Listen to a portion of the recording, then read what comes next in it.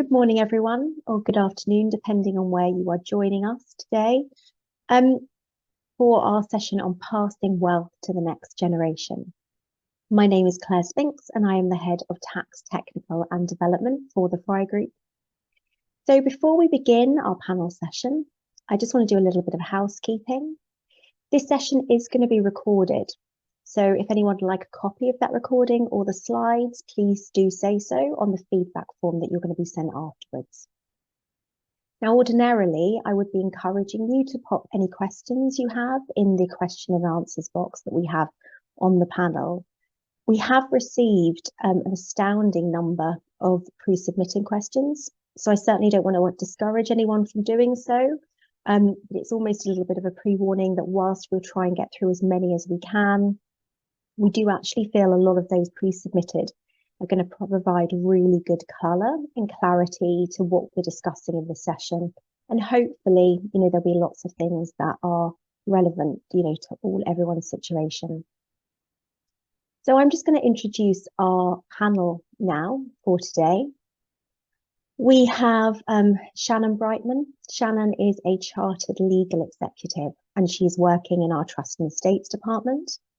We have Hugh Wedlock. He is the head of our Singapore office. And last, but certainly no means least, we have Peter Webb, head of tax advisory. And Peter's going to start this session off for us shortly. Now, there's been a lot of talk in the media recently about inheritance tax and the possible future of inheritance tax. So before we pass over to Peter to sort of explain what it looks like now, I'm just going to ask you a quick question to start today's session. So that question is, and that should have appeared now on your screens. So by 2033, how much inheritance tax are UK taxpayers predicted to pay to HM Revenue and Customs? And those possible answers are 5 billion, 7.5 billion, 9 billion, or a staggering 11 billion. Just give everyone a few moments to answer.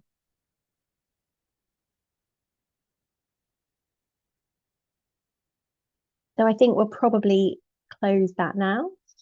And that answer is actually that 11 billion, which, remarkably 54% of you were correct. So with that in mind, I'm going to pass over to Peter now to explain a little bit more about inheritance tax and really why inheritance tax is such an important thing for everyone to consider planning for. Thank you, Claire. So for me, I think one of the key considerations for passing wealth on to the next generation is, can you do it tax efficiently? And when we think about passing wealth, it's inheritance tax that is our prime concern. So inheritance tax is generally a tax on the estate, the property, the money, possessions of someone who's died. It's quite likely that the wealth you've built up over your lifetime has already been subject to income tax and national insurance when you earned it, and further subjected to income tax and capital gains tax when it was invested. And when you die, what you have left over is then going to be taxed again, taxed to inheritance tax. And this is why I think inheritance tax is the most heinous crime HM Revenue will commit against you, taking more tax from wealth that has already been taxed over your lifetime. However, inheritance tax is often referred to as a voluntary tax, and that's because there are strategies you can use to reduce that inheritance tax bill. So when is inheritance tax charged? Well, occasionally during your lifetime, if you make what we call a chargeable lifetime transfer, which is a gift into a certain type of trust, for example. But generally, inheritance tax is charged when you pass away and when you pass on your assets to the people that you want to benefit from your estate.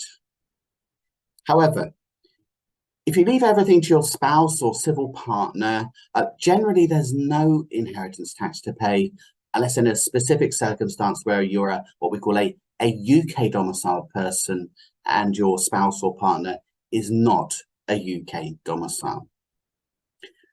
So you pass all assets to your spouse. Hopefully there's no inheritance tax to pay.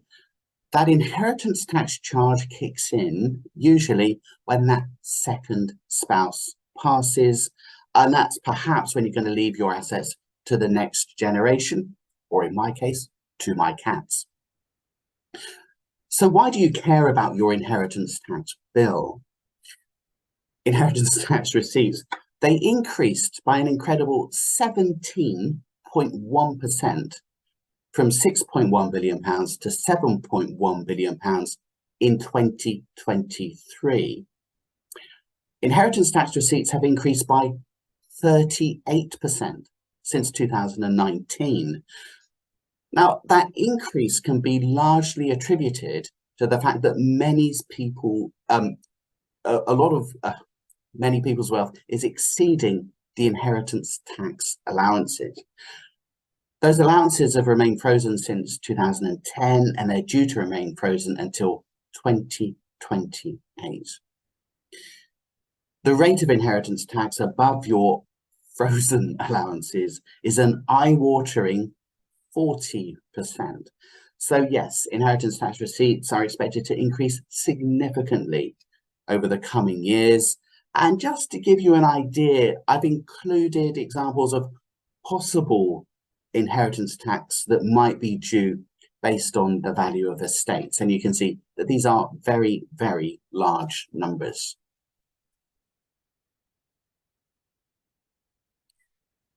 So how can you reduce your tax bill? How can you reduce that inheritance tax charge? Well, the first thing you need to do is to work out what your possible tax bill could be. Once you know that, you can then make some plans to reduce that possible liability.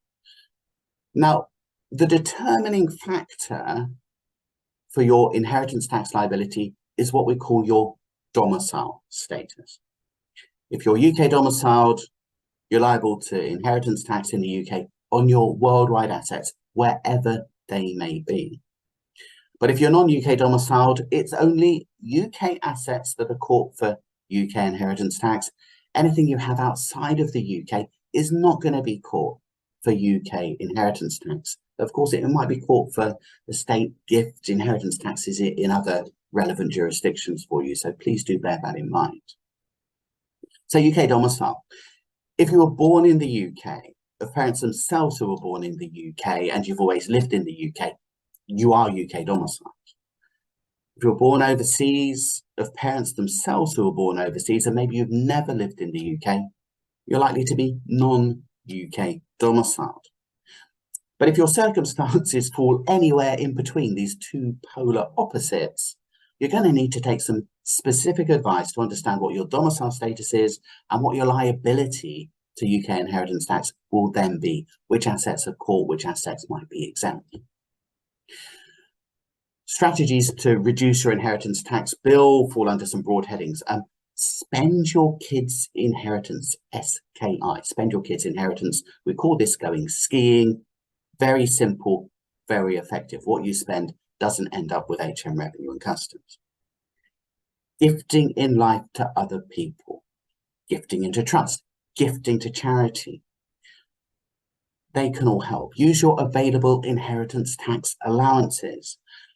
There are some inheritance tax friendly investments that you can make, and using some insurance can be part of your inheritance tax strategy as well. And over the next few slides, we're going to briefly look at some of these ideas to give you a bit of an idea of what that inheritance tax mitigation strategy could look like for you. Gifts in life to other people. So let's think about spouses first. If you share the same domicile as your spouse, or if you're a non-dom gifting to a UK domicile, then there's absolutely no inheritance tax charged on any gifts in life or on death. If your circumstances are other than that as spouse, civil partners, or maybe you're not married or are not in a civil partnership, then you're going to need to take some specific advice for your circumstances. Making gifts to intended beneficiaries, so for example, children, nephews, nieces, friends, during your lifetime is, in my view, one of the simplest and most effective ways to reduce your inheritance tax bill. Generally, as long as you survive for more than 7 years from making that gift, the value of that gift will not be included in your inheritance tax calculation. And if you survive more than 3 years, the rate of inheritance tax on that gift could be reduced from, say, 40% to 32%, and it tapers down until you've reached more than 7 years. So you're making an outright gift to your intended beneficiaries during your lifetime. What are the downsides? You cannot retain any benefit in the asset that you've gifted. You lose control of the asset that you've gifted. And when you think about gifting to children, when is the right time to do that if you're not going to be able to control what you've gifted them? There may be a cost for making the gift. Maybe there's capital gains tax to pay for making the gift. And the recipient of the gift, generally, they're the one who is liable to pay the inheritance tax if you don't make it to 7 years from making that gift. So we'll talk about trusts in a second, but you might want to consider gifting into trust instead. You might be able to solve some of those downsides when you make that gift. Okay. Gifting out of your genuinely spare income. I think this is one of the most helpful inheritance tax reliefs that there is. And for me, it usually does get its own slide. You're able to make gifts that are immediately exempt from inheritance tax without the need to survive for 7 years. But there are conditions that need to be met. These regular recorded gifts must be made out of your income. They must form part of your normal expenditure, and the payments that you make should not have any impact on your own standard of living. This exemption does require good record keeping, but does not mean you don't have to sign up for some kind of financial product or put assets into a trust, for example. There's a little bit of detail to give, but with some guidance, this is an inheritance tax relief you could start enjoying the benefit from today if you were minded to do so. Okay, gifting into trust.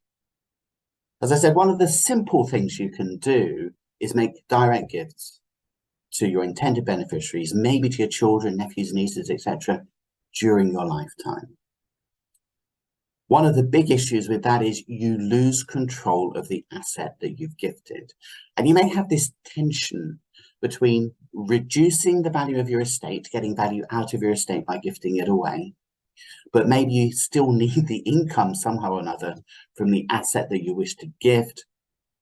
And significantly, when is the right time for your children, for example, to receive that amount of wealth? So there is an alternative to making an outright gift to somebody, and that is perhaps to consider gifting into trust. Now, there's a lot of advice to give around this, but this can be a way to get value out of your estate, but retain control of what you're gifting away for the benefit of somebody else over time. So you could, for example, in some of the trusts that we see, you can have a letter of wishes, which sits with the trustees, and that will guide the trustees to the kind of life events that you would intend your beneficiaries of what you've gifted into the trust to benefit. So if this was your children, for example, perhaps that letter of wishes might say that you should consider passing out wealth to my children when they get married or when they purchase their first home, just to give an example. And this kind of gifting into trust with a letter of wishes, it lasts beyond the grave. So it does allow you to have some control over your assets and your estate, even after you've actually passed on. There are a lot of different trusts out there. There are many, but I think one that I would specifically mention just for today is a trust that would be settled by a non-UK domicile who is becoming UK tax resident.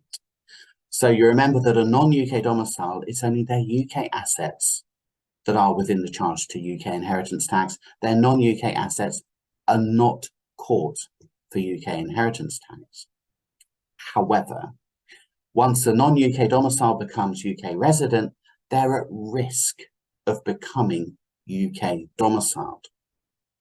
If they were to settle, gift overseas assets into a trust before they become UK domiciled, what that means is those overseas assets which are exempt from UK inheritance tax will continue to be exempt from UK inheritance tax in that trust, even past the point where that non-UK domicile has become UK domiciled by either the length of time they've lived in the UK or because they've actually settled in the UK permanently.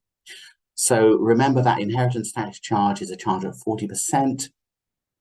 The ability to protect overseas assets from UK inheritance tax with this kind of trust planning is definitely something to consider if you are that non-UK domiciled person and maybe you are perhaps at risk of becoming UK domiciled. Okay, moving on to think about some allowances for inheritance tax. So gifts on marriage. Generally, the gifts need to be made or at least promised before that marriage or that civil partnership actually takes place. But don't miss the opportunity. These gifts are immediately exempt from inheritance tax without the need to survive 7 years. And on this slide, I've put some of those limits there for you. There is also, for inheritance tax, an annual allowance. Now, as a minimum for inheritance tax planning, please do make sure that you're using your annual inheritance tax allowances each year. The level of this allowance hasn't actually changed since the 1980s. £3,000 in 1984 would now be worth around about £12,500 if it had been annually increased in line with inflation. It shows the power of actually freezing allowances. It brings more and more of your wealth into the realms of inheritance tax. There's a £250 small gift exemption that you can use each year, but it's only one gift per person per tax year, and you can't use it to exempt part of a larger gift, for example. There is a nil rate band for inheritance tax, and that's generally the amount that can be passed that is exempted from inheritance tax. Currently, that nil rate band is £325,000. It's been £325,000 since 2010. It's going to be £325,000 until 2028. If you share the same domicile as your spouse, or you're a non-UK domicile passing assets to a UK domicile, generally when you die, all assets pass to the surviving spouse. If you leave everything to the surviving spouse, no inheritance tax is charged. And when that second spouse passes away, they can then actually benefit from their spouse's unused nil rate band. So that gives the possibility of it perhaps exempting £650,000 from inheritance tax. That's 2 times £325,000.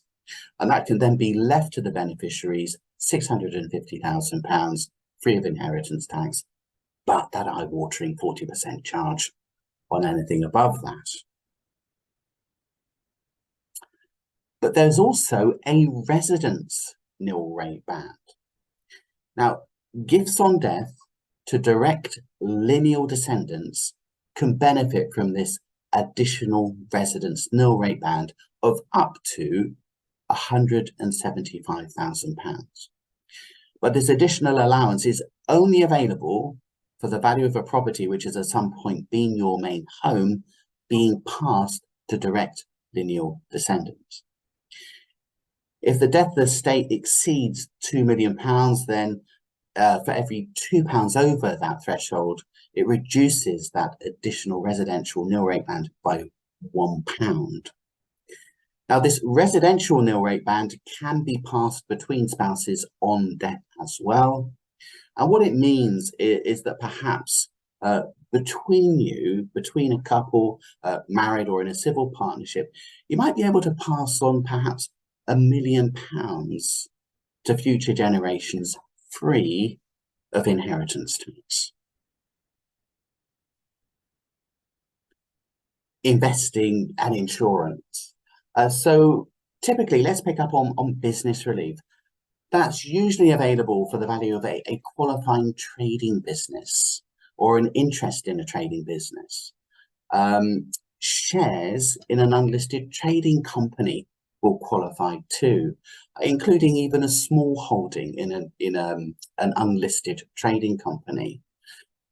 Now, shares on the alternative investment market, the AIM of the London Stock Exchange, generally qualify for this really valuable business relief.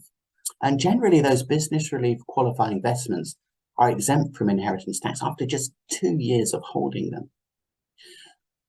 Agricultural property relief is available on gifts of land used for agriculture, plus appropriate buildings, maybe even farmhouses, etc., used in conjunction with the land. Now, from 6th of April 24, this relief is going to be restricted just to land and buildings in the UK, but it's a powerful relief. UK pension pots and some qualifying overseas pensions also qualify for inheritance tax relief as well. They're not subject to inheritance tax relief, inheritance tax when you pass away. There can be some really complicated rules around who can access those pension pots after you have passed. So take some specific advice about that. But the good news is your UK pension or your qualifying non-UK pension is not called for UK inheritance tax. Finally, insurance has a part to play in that inheritance tax plan as well. Insuring against your whole liability for inheritance tax for the whole of your life, that's likely to be a really, really expensive thing to do, but do speak to a financial planner. Where perhaps insurance would have a more immediate impact for me would be perhaps you make a significant gift to your intended beneficiary. You know you need to survive 7 years, but actually after 7 years, you're done. It's outside of your estate. Maybe you could insure against that possible inheritance tax bill if you weren't to make it for 7 years. And that might be quite a cost-effective thing to do based on your circumstances.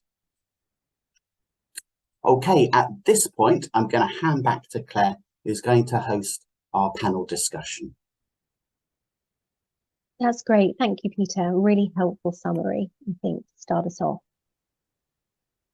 So I'm just going to invite the other panelists to join us now.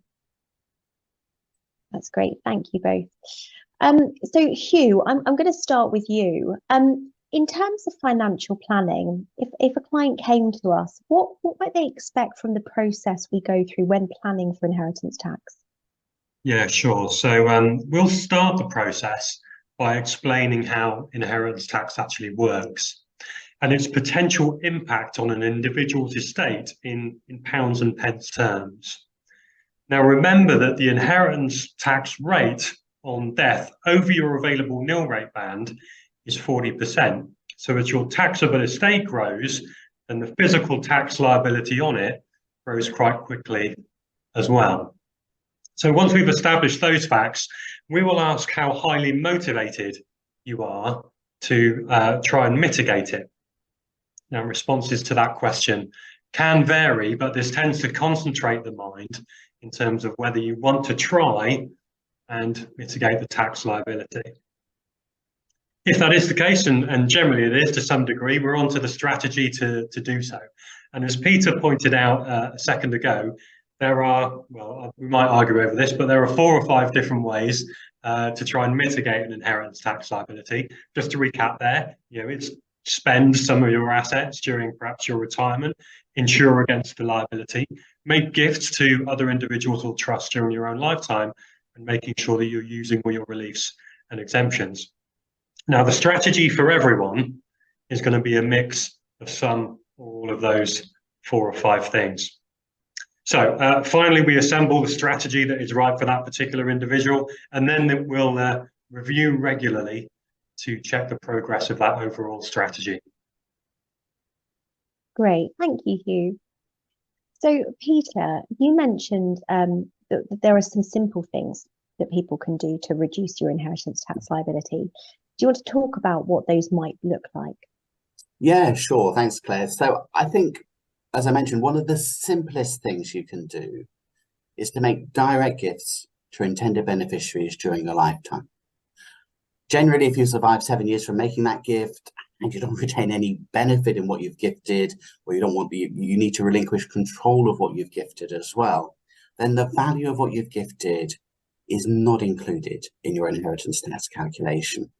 And that is a tax saving of 40% on what you've gifted if you can make it to that 7 years.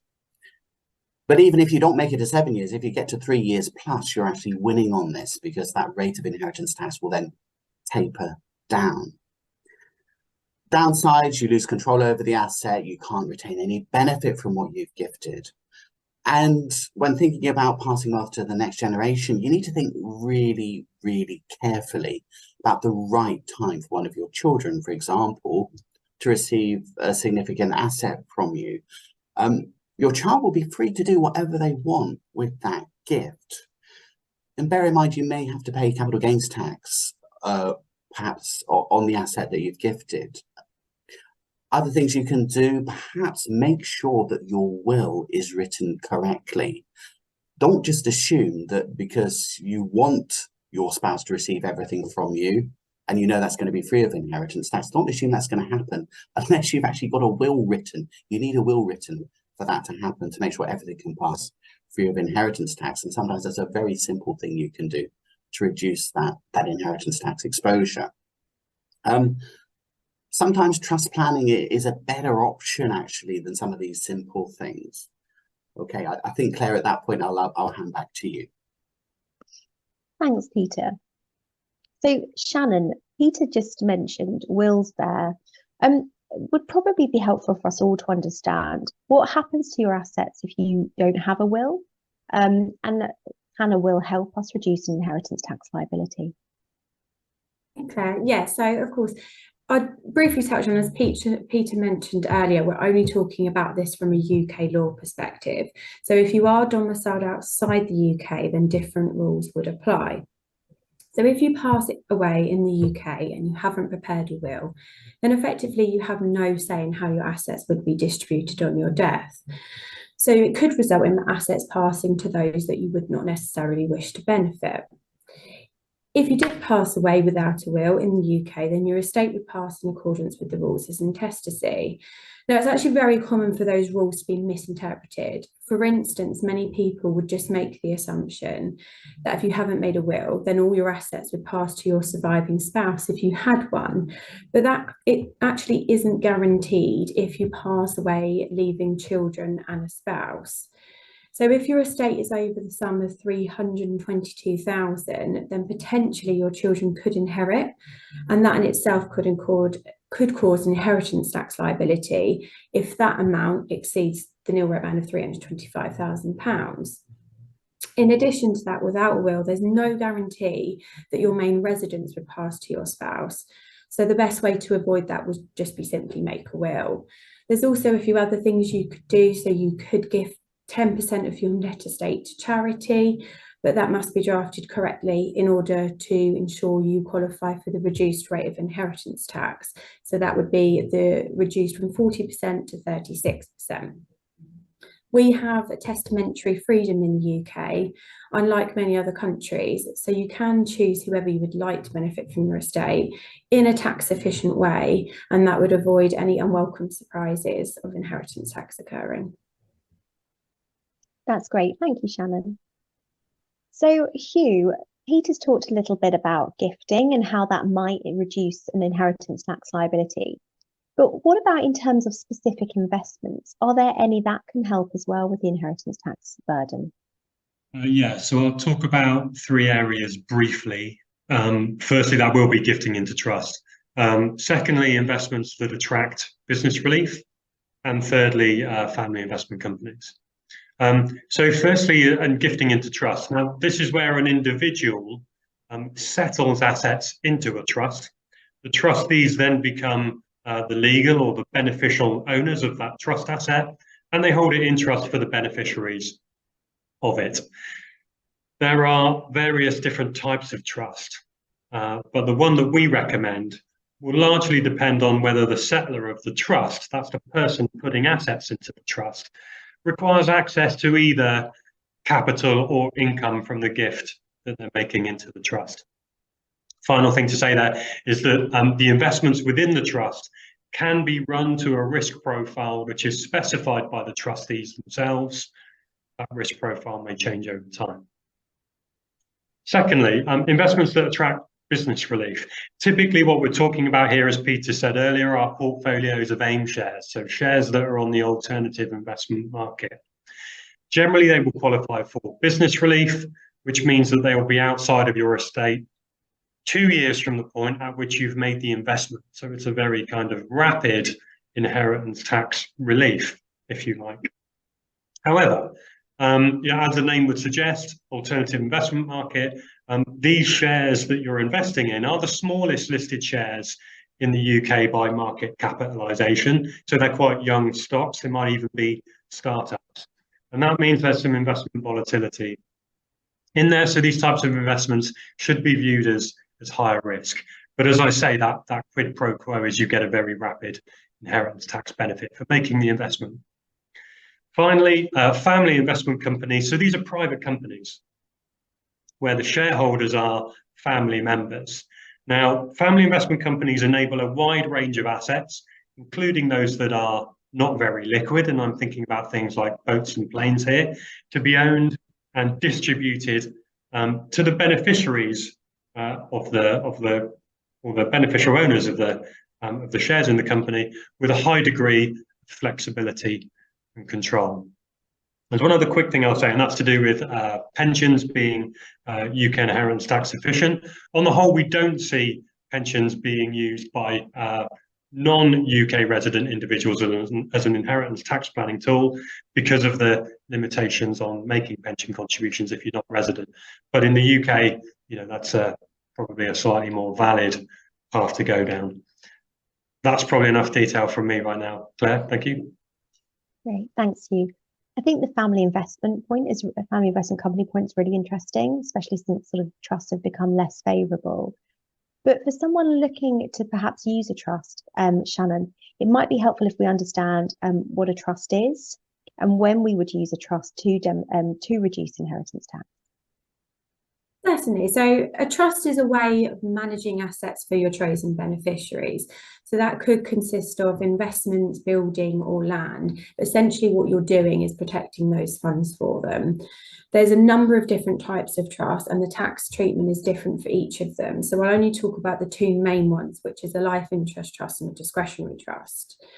So a life interest trust is most commonly set up in wills with couples who have blended families and second marriages.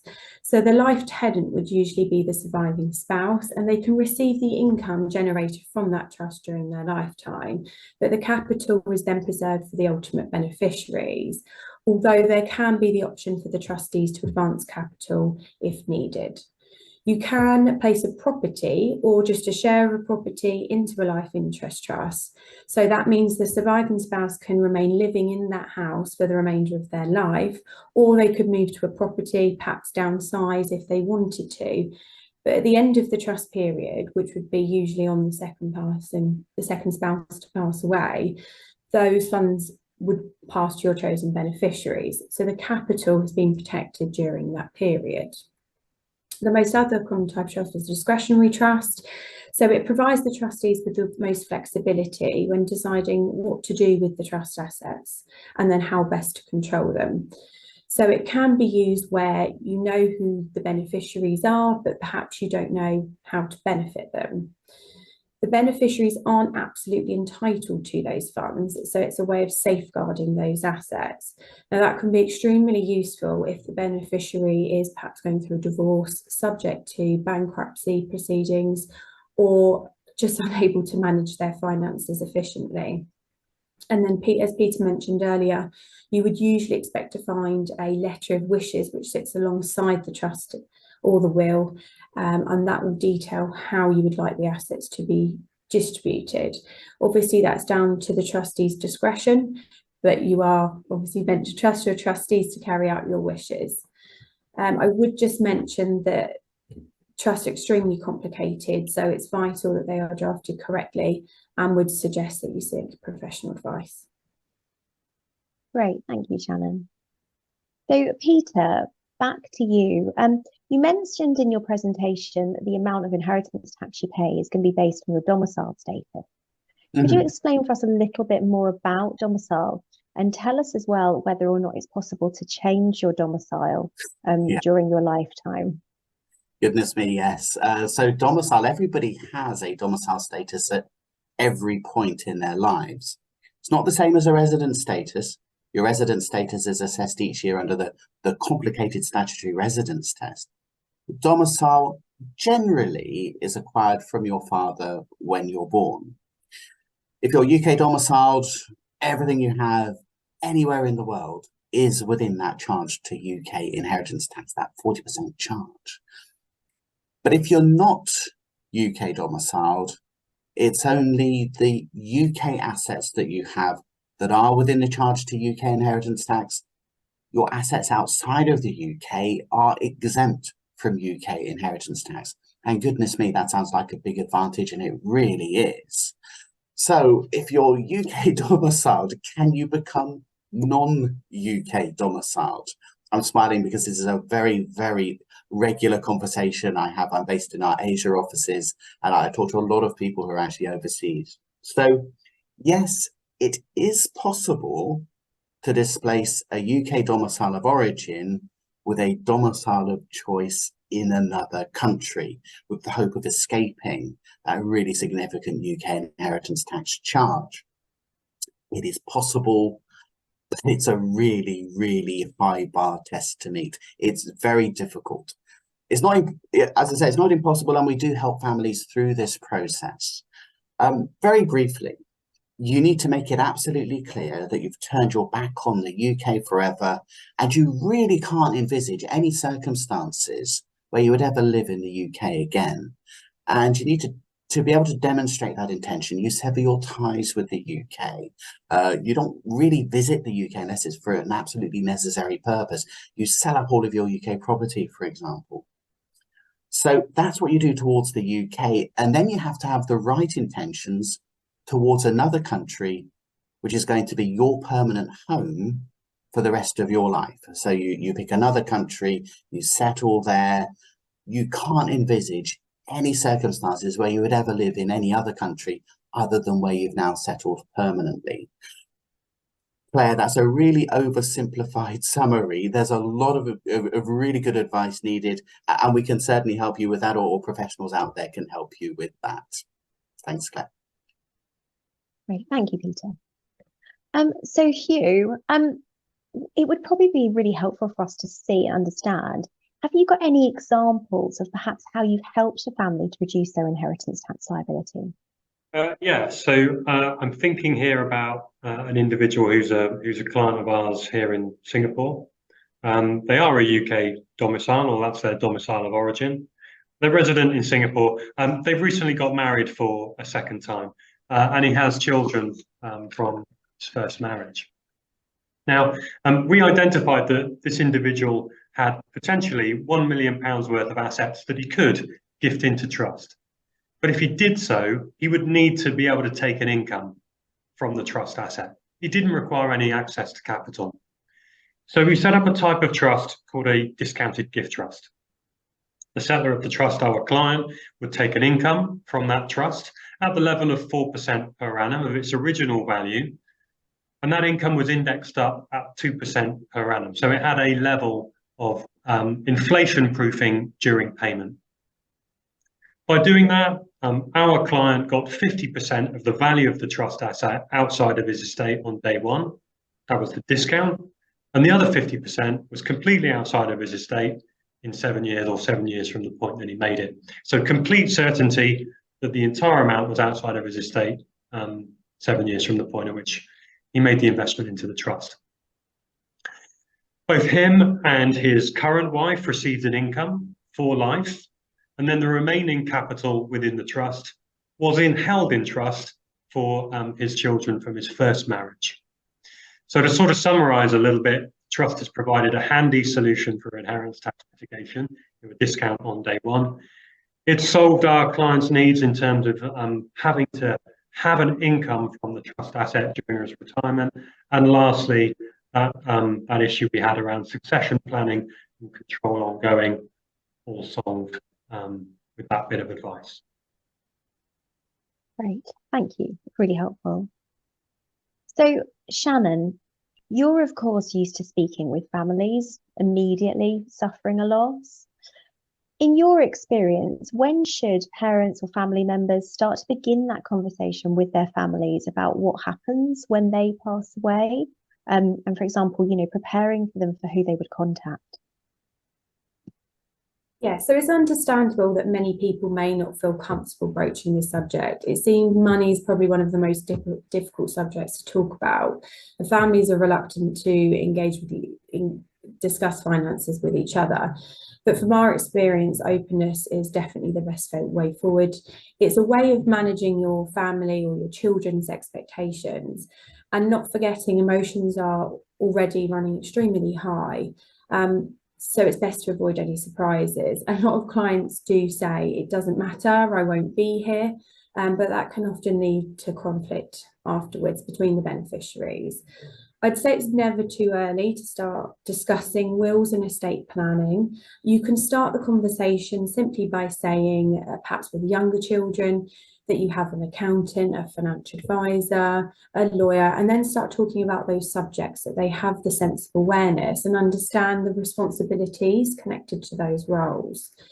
Obviously, if they're minors, you could probably mention the subject of guardians and say who would look after them once they'd passed away.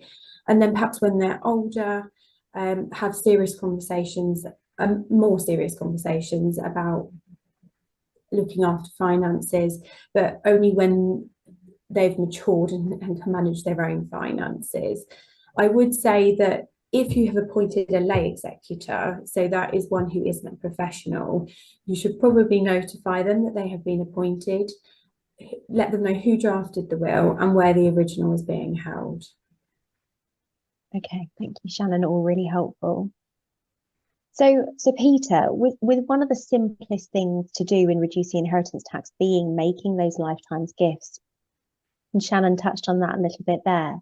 I know that you're involved in this conversation a lot, but when do you think it's the right time for parents to begin that conversation with their children about receiving a will? Yeah, what a great question. I know you won't believe this, but I've been advising families since 1997. I really am that old.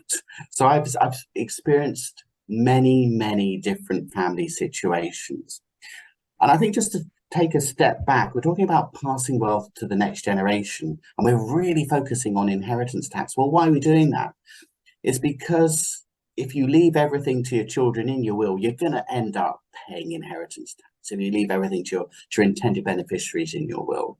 So there's likely to be a point at which you're going to make some significant gifting to your children during your lifetime, or your intended beneficiaries during your lifetime. Maybe it's nephews and nieces.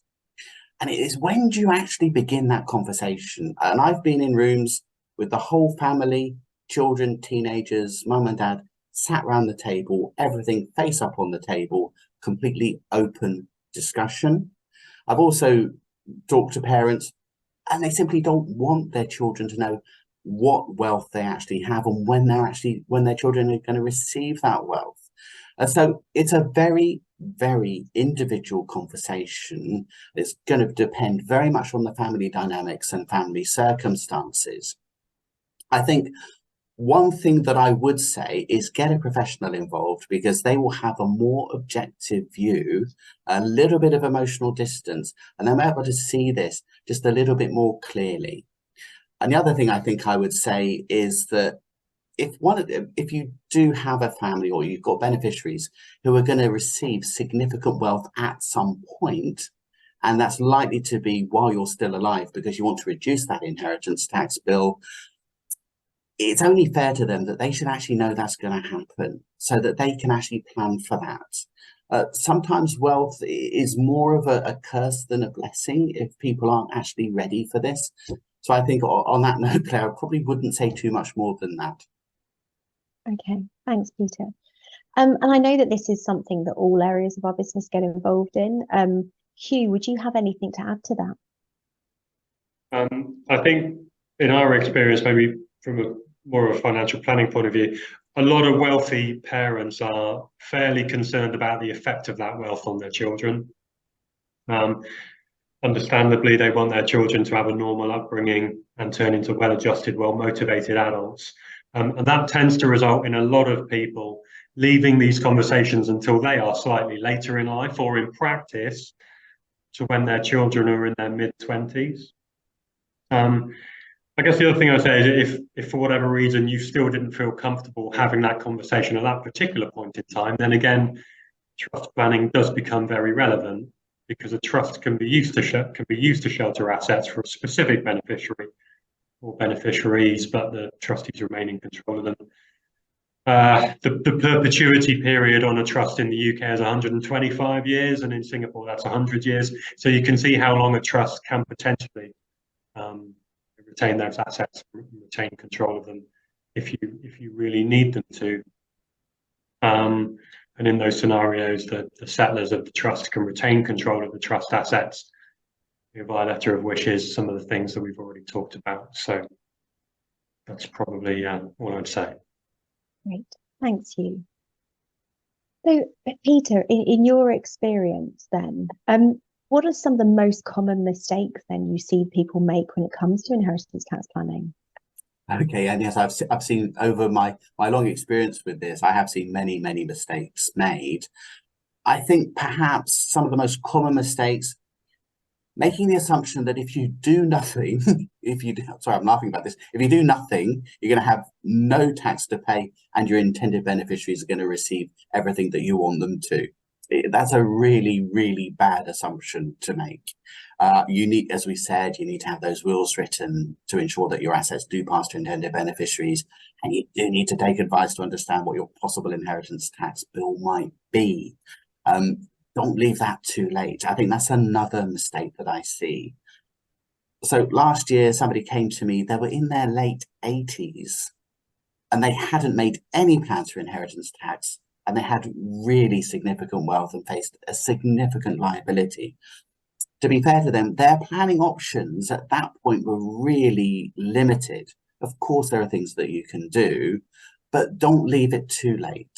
For a UK domicile, we're looking at 7-year windows of opportunity to plan for inheritance tax. So that's a very morbid thing to do. Begin to think about how many 7-year windows you may have for that inheritance tax planning. Another mistake that I see very regularly because of where I am in Asia, assuming that you've been non-UK tax resident for more than 20 years means that you've now lost your UK domicile status. Possible, but it's unlikely, to be fair. So do take advice, do have that conversation. Don't just make that assumption. And finally, I think one of the mistakes that I've seen is giving a significant gift to the next generation, for example, to a child, without thinking through the possible consequences of doing that. So a few years ago, I came across a lady, and she had gifted her family home to her child to save the inheritance tax. Now, that child had made a bad marriage, and the departing spouse had a claim on their estate. And this lovely family home, which had been in the family for a couple of generations, then had to be sold to actually fund the divorce settlement. It was a completely unexpected and unintended consequence of making that gift. So I think those are, just very briefly, some of the most common mistakes I would see, Claire. Thanks, Peter. And I think with these webinars, we always try and give, don't we, our sort of key takeaways. And I think perhaps the main one really from today is that some sort of plan needs to be formed. Even ultimately, if that plan is that you feel very comfortable with the exposure, you decide to do nothing. One of the benefits, of course, with the Fry Group is that you have all of your professional advisors in one place. we can provide a very joined up approach to that conversation or any steps.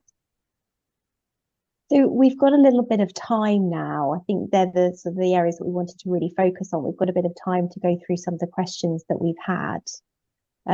Peter, I know this was one that you were really sort of keen to pick up on.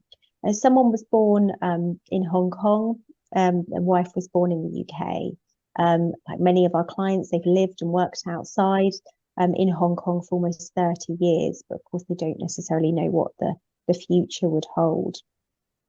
They've asked, in order to sort of benefit from those UK allowances, is it prudent for their wife to change her potential non-UK domicile status to a UK domicile status, and for them to change their domicile status to a UK one as well?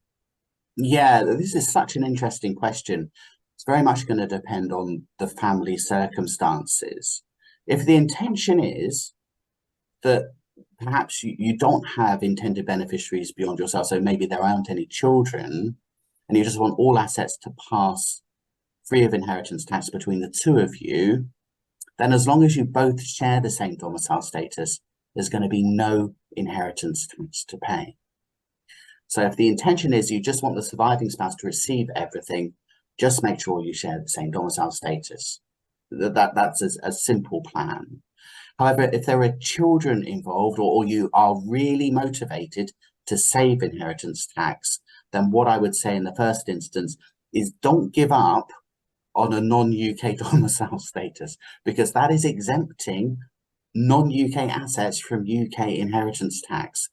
Do some planning first before you take any other action if you're keen to protect assets from UK inheritance tax, because that non-UK domicile status, it can be incredibly valuable in making that plan to reduce your inheritance tax bill, Claire. Okay, great, thank you. So Shannon, this is one that you'll have had lots of experience with. Someone has read that inheritance tax has to be paid before probate is granted.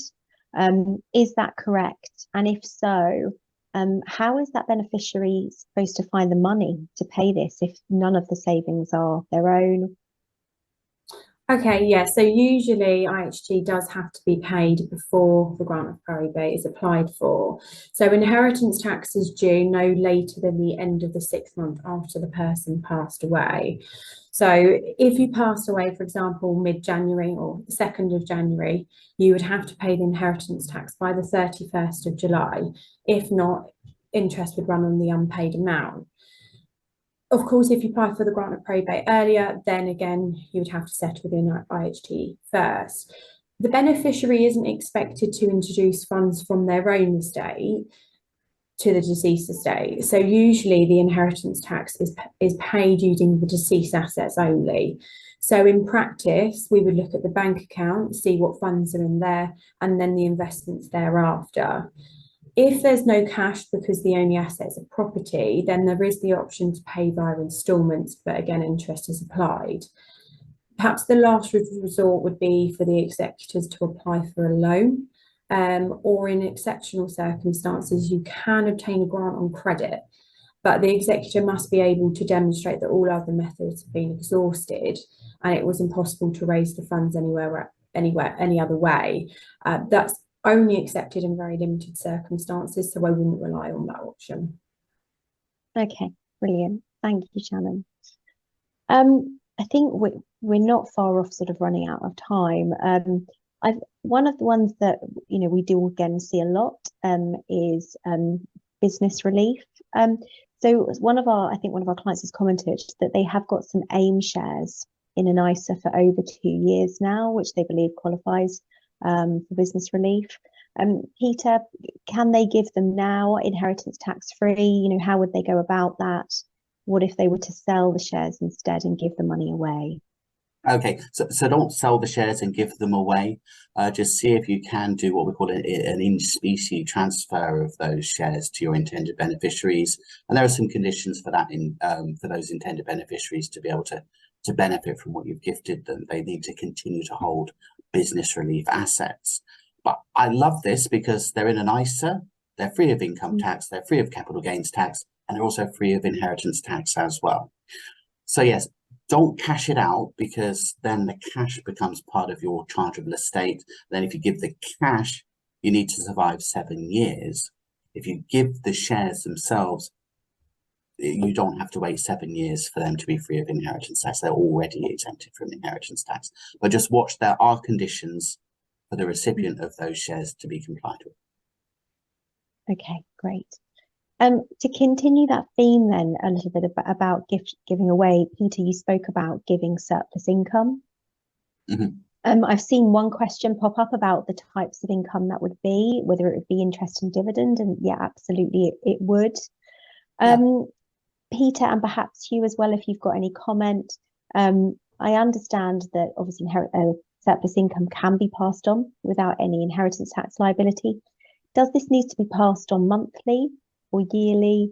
And could I create a separate account to keep it in and let it accumulate and give it away? Okay, I'll pick up very quickly on that one first. So we would say at least quarterly to actually make sure it's a regular amount, or regular amount that you're actually gifting. Yeah, by all means do use a separate account for that. You need to make sure it's genuinely out of spare income. So what I saw recently, actually, somebody had a portfolio bond, an insurance bond, where they were drawing back capital. So that's a very common thing we see. You have a single premium, non-qualifying insurance policy. You draw back 5% each year. That's not income, that's capital. You can't give that away. That's that potentially exempt transfer where you need to survive for 7 years. Q, have you got anything to add to that? Only one thing, which is that if you were making regular gifts out of income, which you didn't want to go straight to the individual or the ultimate beneficiary, you wanted to try and keep hold of them, control of those regular gifts a little bit, there are specific trusts that you can make those payments into, and the gifts will be exempt at the point you make them, but you still retain a level of control via the trust, rather than those funds going straight to the beneficiary. So you can make them into trust, and there are specific trusts available out there for you to do so. Okay, great. Shannon, I think I'll give the last one to you then. Not something we've discussed a lot. This is sort of more, I guess, post-death planning. But what would be the pros and cons of making a deed of variation? Yeah, so a deed of variation can only be prepared once someone passes away. So when the beneficiary actually becomes entitled, you can't do it before that. The purpose of the document is to allow the beneficiary to redirect their inheritance. That is a great way of passing funds to the next generation if the beneficiary feels they don't need those funds, or perhaps it would increase their own IHT liability. So it has to be made. It can be made before or after applying for the grant of probate, but it must be done within 2 years in order to it take place retrospectively for capital gains and inheritance tax purposes. If it's done successfully, then the 7-year rule, which Peter mentioned earlier, would not apply, and it wouldn't be treated as disposable for capital gains tax purposes. The only con would be that if it is one, that you'd have an additional fee, and it's a little bit more paperwork, but perhaps the saving of inheritance tax and capital gains definitely outweighs those fees. Great, that's great. Thank you, Shannon, and thank you, everyone. I think we'll leave it here. So just sort of looking at other things that might be available in terms of resources. We do have a number of resources that are available on our website, if you would like to go and have a look at those. And of course, as I mentioned earlier, the slides and the recording are going to be available as well, if you would like to receive that. So for anyone that's not overly familiar with the FRI Group, perhaps you're new to us today, we have got 8 dedicated offices all over the globe, and what we're here for really is to help our clients provide financial advice and provide that financial freedom for them. So that really just leaves me to say, thank you ever so much for spending some of your day with us today. If you do have any questions, please do reach out to one of the offices, or perhaps one of us, whoever might be more relevant. Yeah, that's it. Thank you ever so much, everyone, and enjoy the rest of your day.